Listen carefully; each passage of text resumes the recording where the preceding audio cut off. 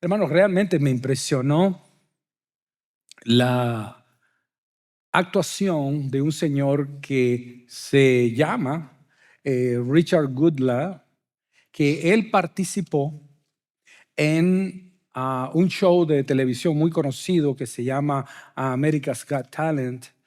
Y este es un señor mayor, me impresionó porque señor muy mayor. Y cuando él subió al escenario, para los que no saben, esta es una competencia de canto muy famosa.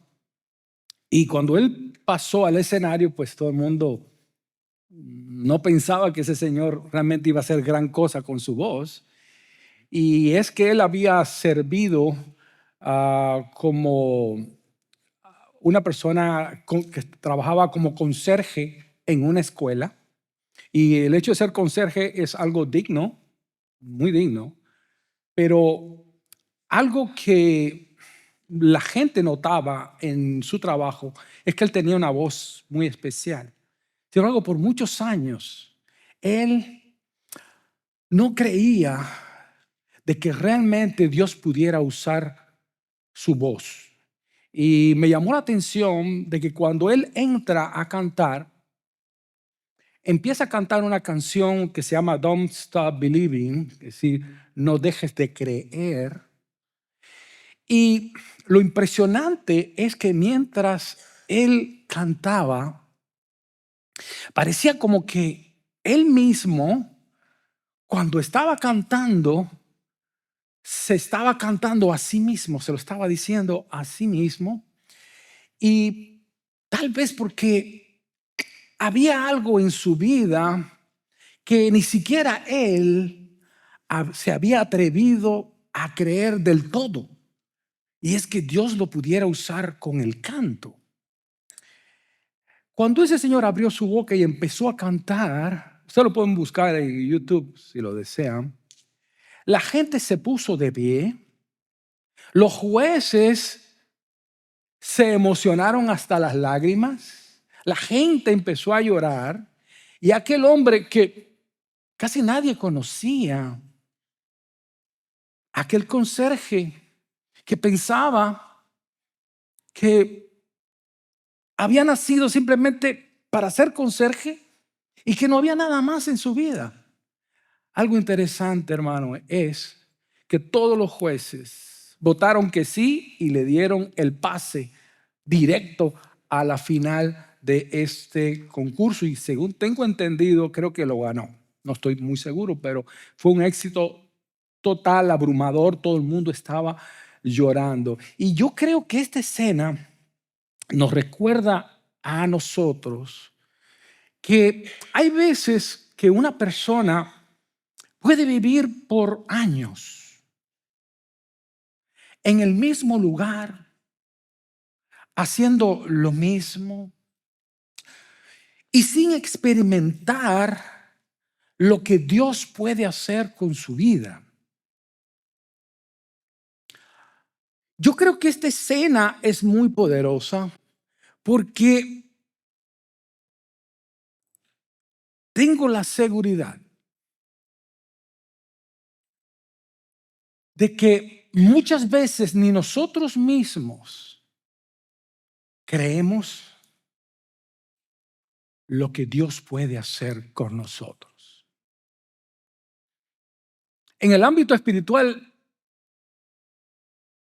nos conformamos y nos conformamos con el nivel espiritual que tenemos y tal vez por alguna razón a nosotros nos han enseñado a vivir con bajas expectativas, a no esperar mucho. Y no me refiero, hermano, a que no vayamos a la iglesia, no que no creamos en Dios, no que no leamos las escrituras, no que no oremos. Lo que sugiero, hermano, es que tal vez no esperamos mucho. Y con el tiempo nos acostumbramos a no ver mucho y asumimos, que no se puede esperar mucho. Como yo le dije la semana pasada, estamos acostumbrados a ver lo ordinario, no lo extraordinario. Y nosotros tenemos un Dios que no tiene nada de ordinario, sino de extraordinario. Y que ese Dios extraordinario puede hacer cosas extraordinarias en tu vida. Hermano, el libro de los Hechos, porque vamos a trabajar con el capítulo 3 de los Hechos. Sin embargo, hermano, el capítulo de los Hechos es una demostración del poder extraordinario del Espíritu Santo. Y ese poder actuando a través de los discípulos, y por eso me gusta mucho y siempre refiero este concepto de gracia, que gracia es el poder de Dios en nosotros para transformarnos a la imagen de Jesucristo y hacer en nosotros y a través de nosotros lo que es imposible para nosotros. Lo que usted ve en el libro de los Hechos son actos extraordinarios, porque Dios es un Dios extraordinario. Y usted ve, hermano, el derramamiento del Espíritu Santo. Usted ve que empiezan a predicar en otros idiomas sin que nunca lo hayan estudiado. Usted ve en el capítulo 2 cómo los discípulos andaban en el Espíritu. Y recuerden que primeramente somos bautizados cuando creemos. Eso es bautismo, unión con Cristo. Después nosotros debemos de andar en el Espíritu, que es por medio de las disciplinas espirituales, para entonces ver el fruto del Espíritu, que son amor, gozo, paz, benignidad, y también ser usado por Dios con poder. Eso lo vimos en el capítulo 2 de los Hechos, cuando usted ve al pueblo andando en el Espíritu. Y esa es la manera en que Dios trabaja cuando usa a un hombre, a un hermano o a una hermana para hacer cosas extraordinarias. Cuando andamos en el Espíritu. Y eso lo vimos la semana pasada. El capítulo 3 de los Hechos es sumamente interesante, porque es el primer milagro apostólico. Y como ustedes saben, los apóstoles tenían unos dones que nosotros no tenemos. Segunda de Corintios lo habla claramente cuando Pablo dice, ¿acaso no es evidente que tenemos dones de apóstol? Pero en este milagro apostólico hay muchas cosas que enseñarnos a nosotros. Y cuando yo vi este pasaje de Hechos capítulo 3, yo me hice una pregunta y es, ¿cómo se manifiesta el poder de Dios en este hombre? Porque si usted nota, la narración se enfoca en una persona, es decir, pareciera a simple vista, porque no es el personaje principal, pero pareciera que este hombre es el foco de atención de la narración bíblica y es el foco de atención del Espíritu Santo. Note cómo se enfoca en un hombre y en un hombre lisiado, se le dice lisiado o un paralítico, alguien que no podía caminar. La Reina Valera dice que era cojo, pero la idea aquí es paralítico, que no podía caminar, y es evidente porque lo tenían que llevar. Porque un cojo, bueno, puede más o menos caminar, pero este hombre no podía ni siquiera dar un paso. Vean la escena. ¿Cómo es que Dios manifiesta su poder en este hombre? ¿Y por qué enfocarse en él? Aquí hay algo, hermano. Aquí hay algo extraordinario que el Espíritu Santo quiere que nosotros prestemos atención. Vean, empieza la narración Y en la narración normalmente hay una situación inicial, hay un estado ideal donde la narración empieza a hablar de los personajes, de la escena, empieza a plantearnos la escena delante de nosotros. Y dice que un día subían Pedro y Juan al templo a las 3 de la tarde, que es la hora de la oración. Y según el Talmud, los judíos debían de orar 3 veces al día. Por eso es que dice el Salmo 55, versículos 16 al 17, en cuanto a mí, a Dios clamaré y Jehová me salvará. Tarde, mañana y al mediodía oraré y clamaré y él oirá mi voz. Amén. Era la costumbre de ellos orar 3 veces al día. De hecho, Daniel tenía esa costumbre también. ¿Por qué no la adoptamos nosotros, verdad? Pero fíjese que en medio de la narración, inmediatamente usted ve cómo el Espíritu Santo gira los ojos del que está leyendo hacia el problema que había con este hombre. Ve lo que dice: junto a la puerta llamada Hermosa. Y esta puerta se cree que es la puerta de Nicanor. Y según dice Josefo, que fue un historiador de judío, que normalmente esta puerta tenía incrustaciones de oro y plata, y por eso es que se le llamaba la Hermosa, pero realmente era la puerta de Nicanor, según dicen los críticos.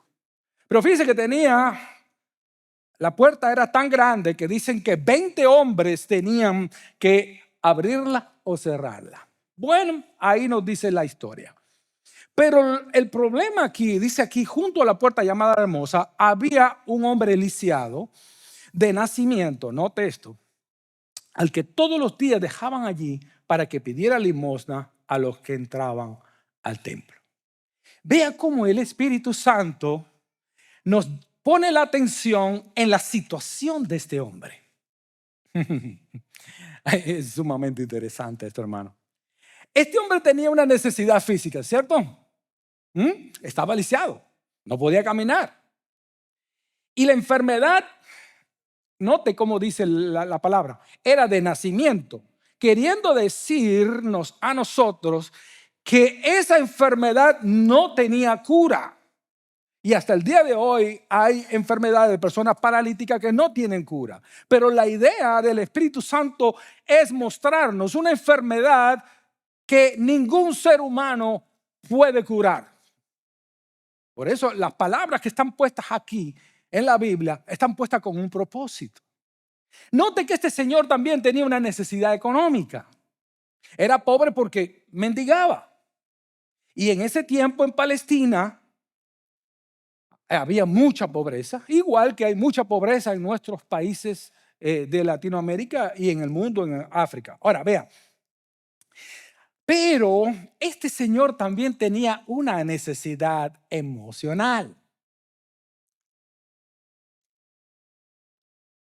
Este señor tenía que depender de otras personas. Ahora yo le pregunto, ¿cómo se sentiría usted que tengan que llevarlo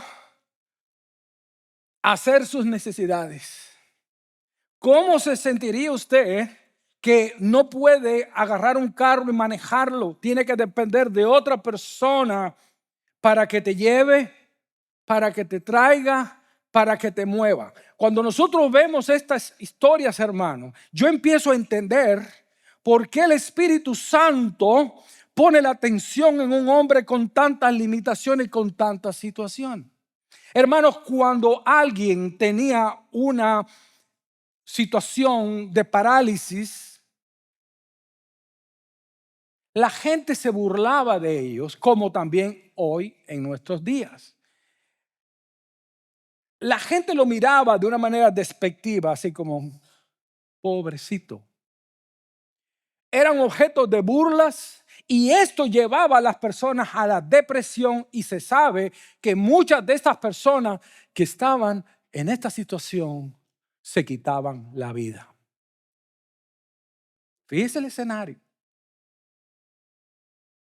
Si ustedes ven, aquí habla de que este señor no estaba dentro del templo, estaba fuera del templo. No podía entrar. Este hombre tenía una necesidad de esperanza y su expectativa de que algo pudiera cambiar en su vida era muy limitada. Solamente quería tener dinero para comer ese día y al otro día volver a pedir para comer ese día, y pasa un día y pasa el otro y pasa el otro y pasa el otro y pareciera que es una vida completamente sin esperanza de que algo fuera a cambiar. Cuando éste vio a Pedro, dice el verso 3, y Juan, que estaban por entrar, le rogaban que le diesen limosna. Note la expectativa que él tiene. Pedro y Juan, fijando en él los ojos, le dijo: míranos. Y entonces él estuvo atento, esperando recibir algo de ellos. Pero note la expectativa de este señor. Este señor no estaba esperando un milagro.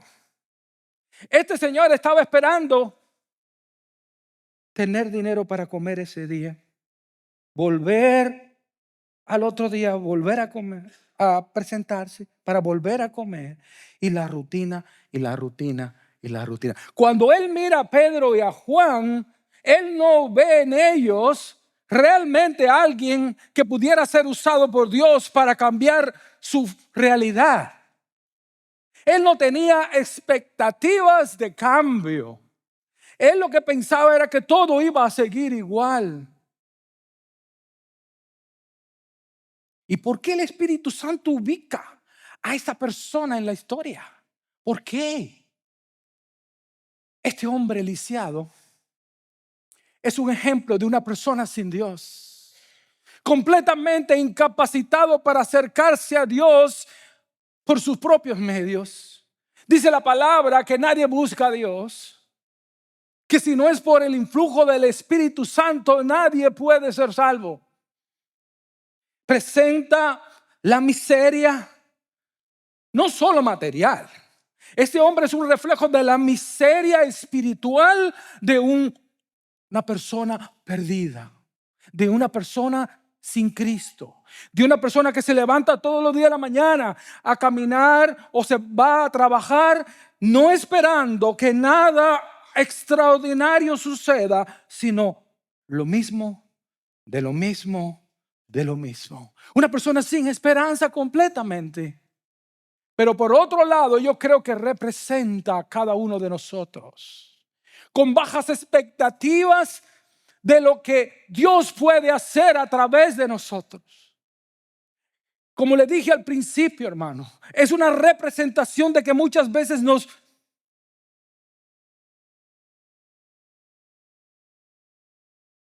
derrotamos a nosotros mismos.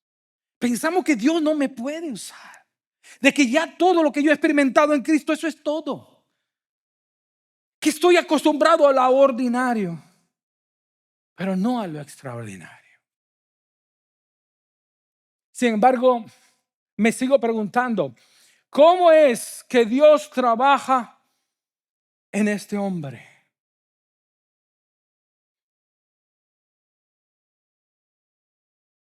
Ustedes ven aquí en esta historia el estado ideal donde se plantea la trama. Ustedes ven el problema, y hasta este punto de la historia nosotros dejamos la historia como colgando de un hilo, porque aquí está el problema, pero no se ve la solución. Es decir, el Espíritu Santo nos está planteando un problema espiritual. Un problema espiritual de alguien que posiblemente no fuera cristiano, o si es cristiano tenía una expectativa muy baja de que algo pudiera cambiar en su vida. Pero fíjese cómo la narración va aumentando hacia el clímax, va subiendo de intensidad. Pedro con Juan dice que fijando los ojos, les dijo, míranos. Y entonces él estuvo atento esperando recibir de ellos algo. Algo que noto aquí, hermano, es cómo Pedro y Juan le prestaron atención. Y siempre, mi querido hermano, Dios va a usar, aunque tú te sientas solo, aunque tú, no importa cómo tú te sientas, Dios siempre va a usar a alguien.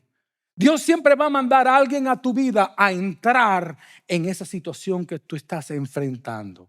Pero dice que ellos se fijaron en él. Cuando todo el mundo pasaba, que ni siquiera una moneda le querían dar, Dios usó a dos personas para interesarse en su vida.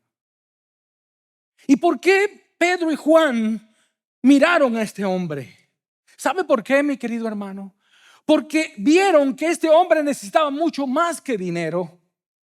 Este hombre, el dinero que recibía no había cambiado su situación.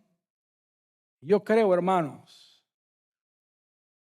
que para este punto nosotros debemos haber descubierto que el dinero es importante y es útil, pero no es la solución para los problemas de la vida y para problemas íntimos del corazón. Podemos estar paralizados porque lo que pedimos muchas veces no es realmente lo que necesitamos. Él pedía algo y Pedro y Juan no le dan a él lo que él pide, sino lo que necesita. Fíjense la historia. El mensaje dice aquí en la palabra, dice que el mendigo lo miró. Noten estas palabras aquí en la narración. Dice que el mendigo los miró a ellos. Pero ahora los discípulos le dicen, ya tú nos viste. Ahora míranos a nosotros. Y hermano, y esto no era que los discípulos iban a hacer un acto de magia. No era como los boxeadores que se ponen uno al otro para intimidarse con la vista. Esto no se trata de manipulación humana. Lo que estaban haciendo los discípulos es préstame atención a lo que viene, al bombazo que viene. Presta atención. Y aquí se ve el desenlace de la historia. Mas Pedro le dijo, no tengo plata ni oro. Ese oro que tú ves en esas puertas, esa plata que tú ves en esas puertas, yo no tengo nada de eso, pero lo que tengo te doy. Él pedía unas monedas cuando lo que necesitaba era un milagro.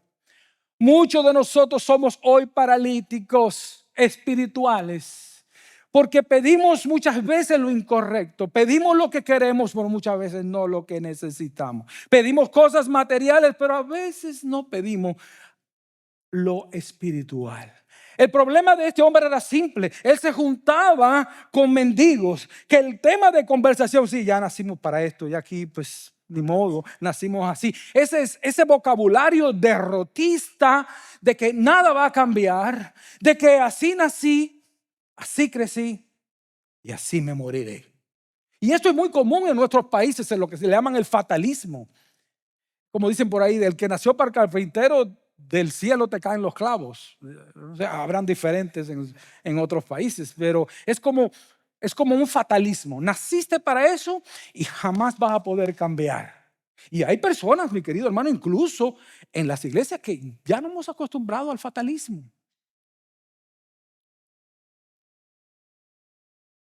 ¿Entienden por qué el Espíritu Santo pone esta historia?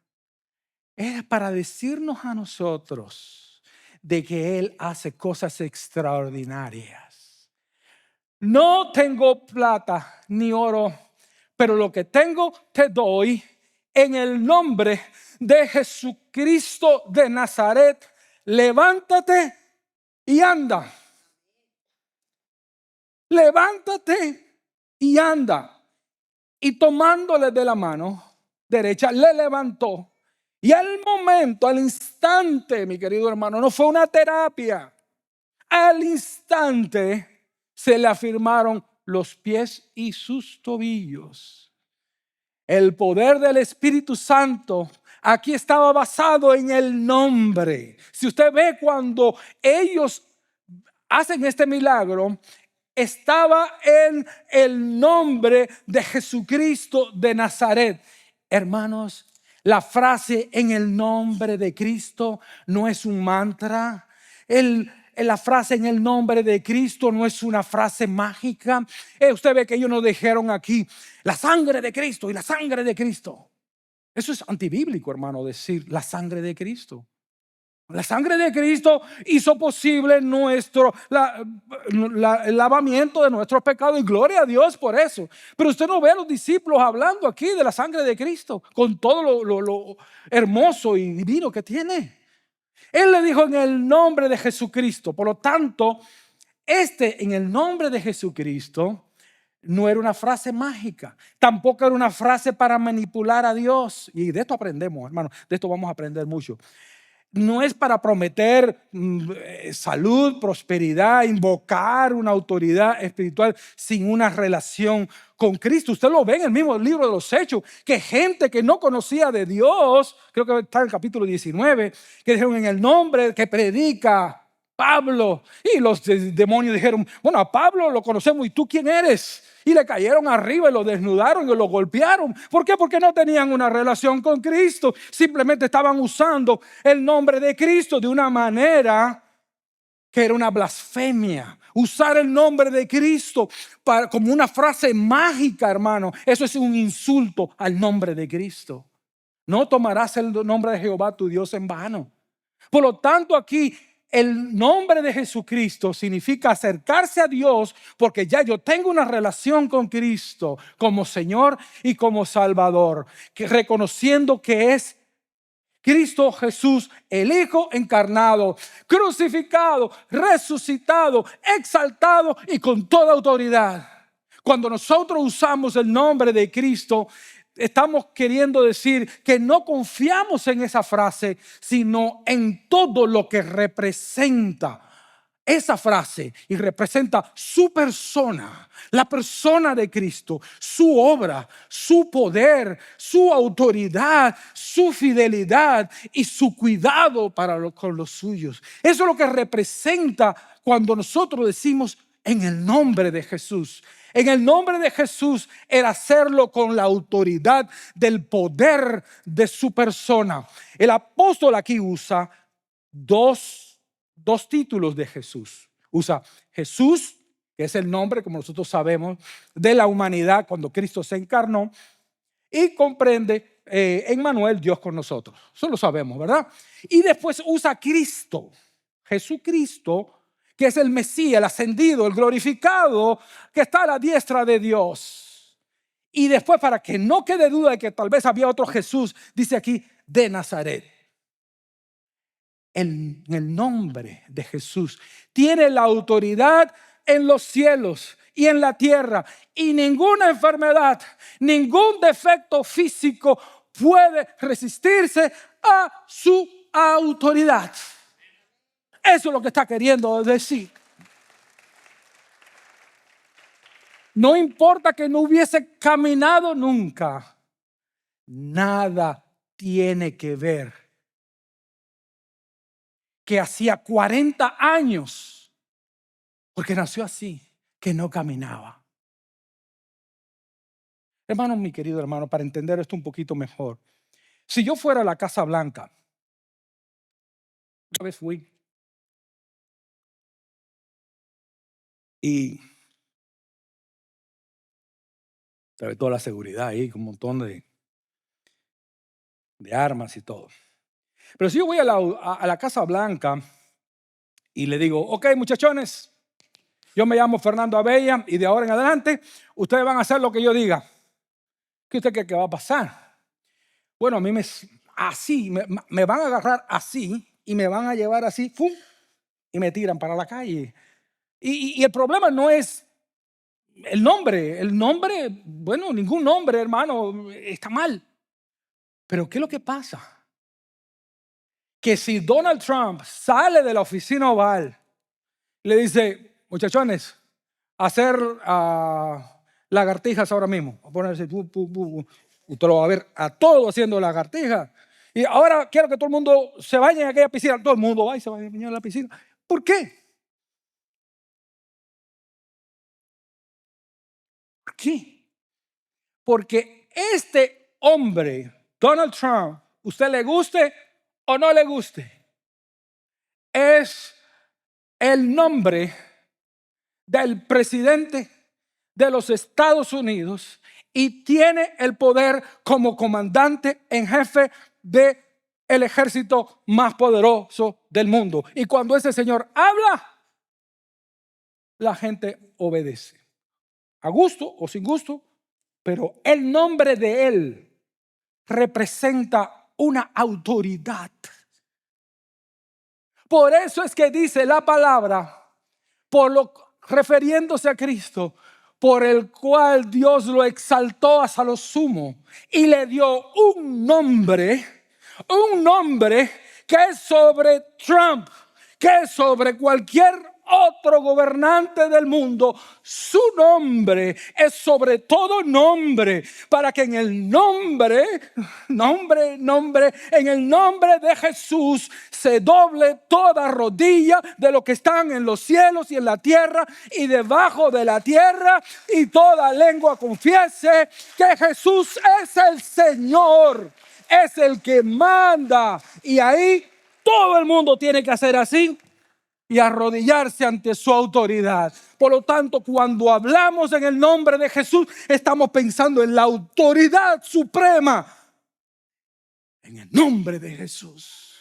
Y cuando decimos en el nombre de Jesús, estamos poniendo fe, no en el grito que yo he hecho. No estoy poniendo fe en un mantra o en unas palabras mágicas. Estoy pensando la fe en el que tiene toda autoridad.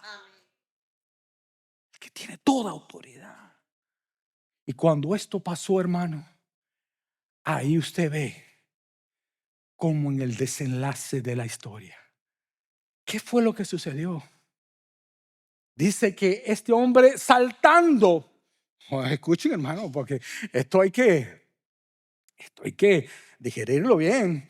Y saltando, se puso en pie y anduvo. Y entró con ellos al templo. Ahora, yo quisiera que usted notara algo extraño aquí, porque aquí hay algo muy extraño. Houston, we got a problem. Aquí hay un problema. Pedro y Juan lo toman de la mano y él empieza y se levanta a caminar. Pero ¿sabe por qué? Hay algo raro aquí.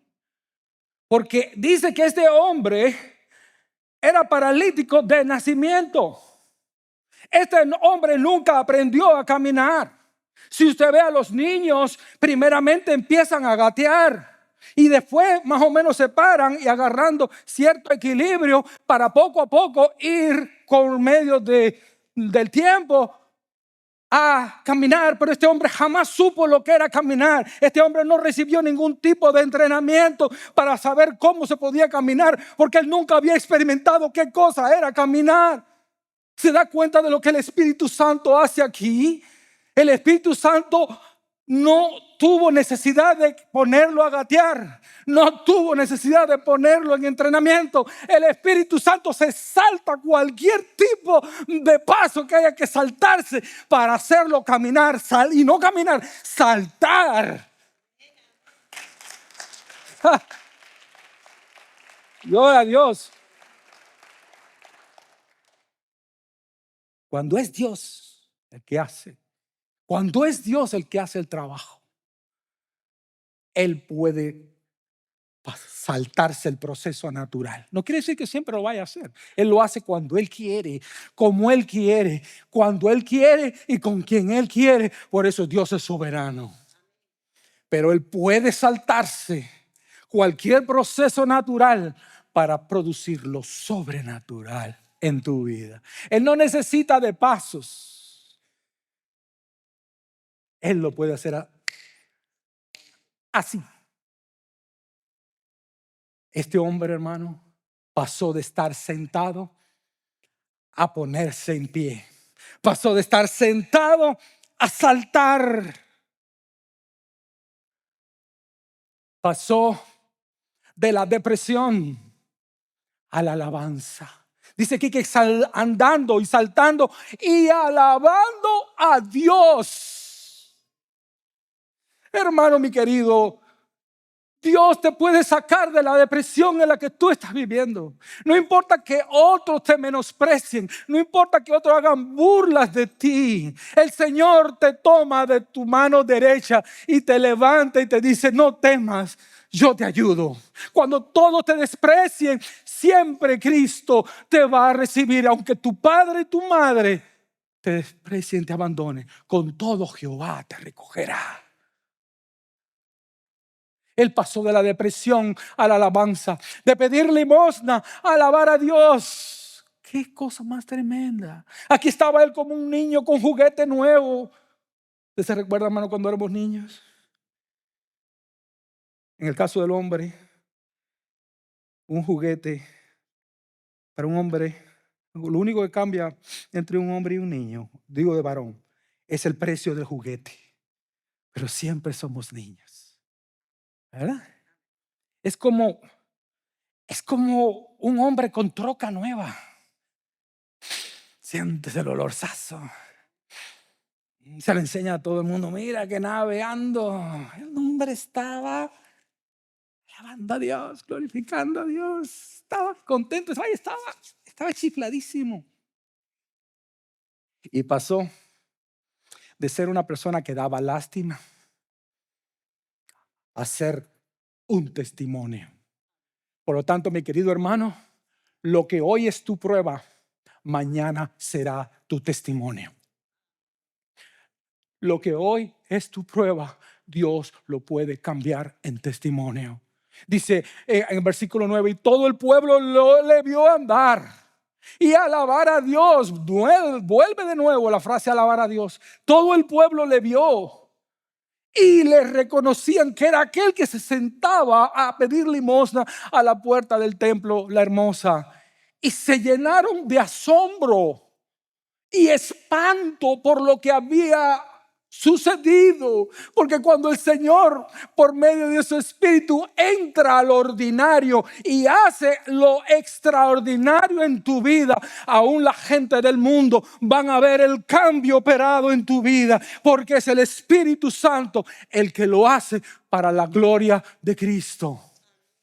Por lo tanto, mientras, el versículo 11, yo no lo voy a tratar porque no tenemos tiempo, pero de el versículo 11, yo lo lo voy a leer.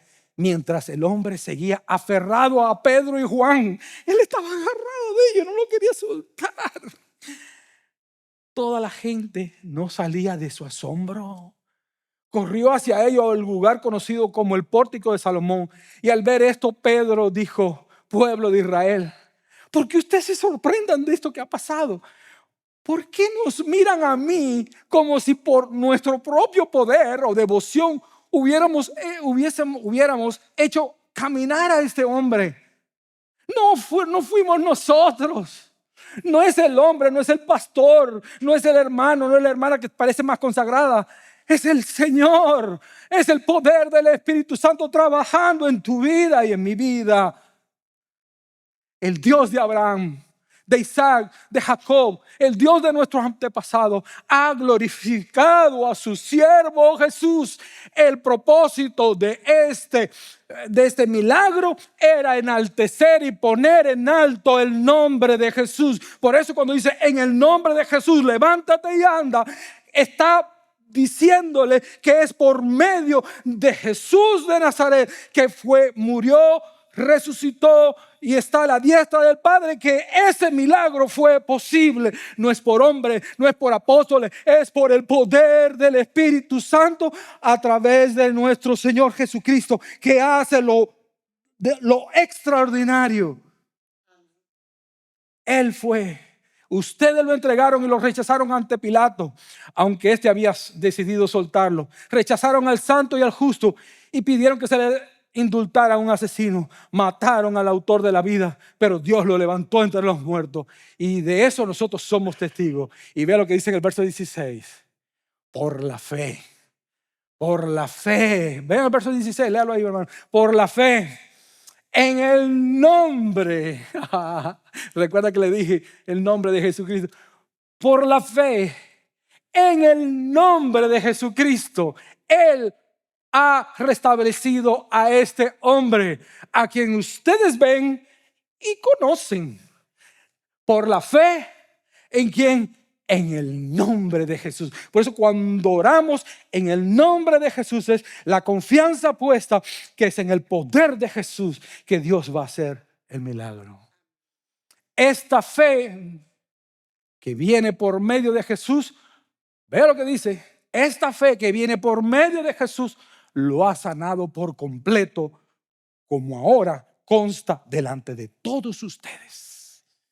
Para que toda lengua confiese que Jesús es el Señor, el que interviene en tu vida, el que hace cambios y que hace lo imposible posible. Por eso es que el milagro no termina con los pies fortalecidos, ni los tobillos de este hombre. El milagro apunta a Cristo. El milagro apunta a Cristo y Él es el glorificado.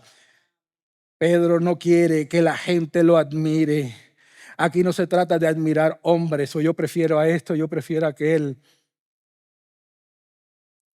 Él quiere que todos vean que Jesús vive, que en su nombre hay autoridad y que la fe en su nombre trae salvación y transformación.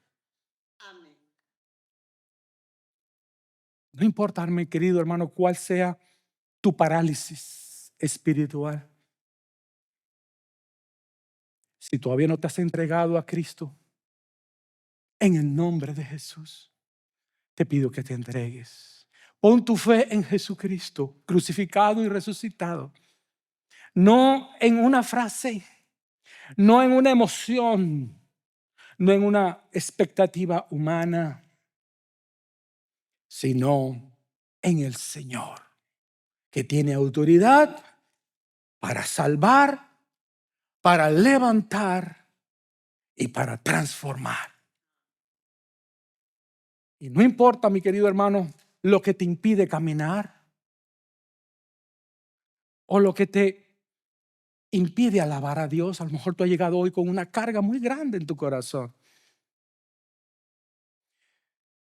Si pones tu fe en Jesús, Él afirmará tus pies y tobillos espirituales. No solamente te hará caminar, te hará saltar y te hará alabar a Dios con gozo por medio del poder del Espíritu Santo que trabaja en ti y en mí.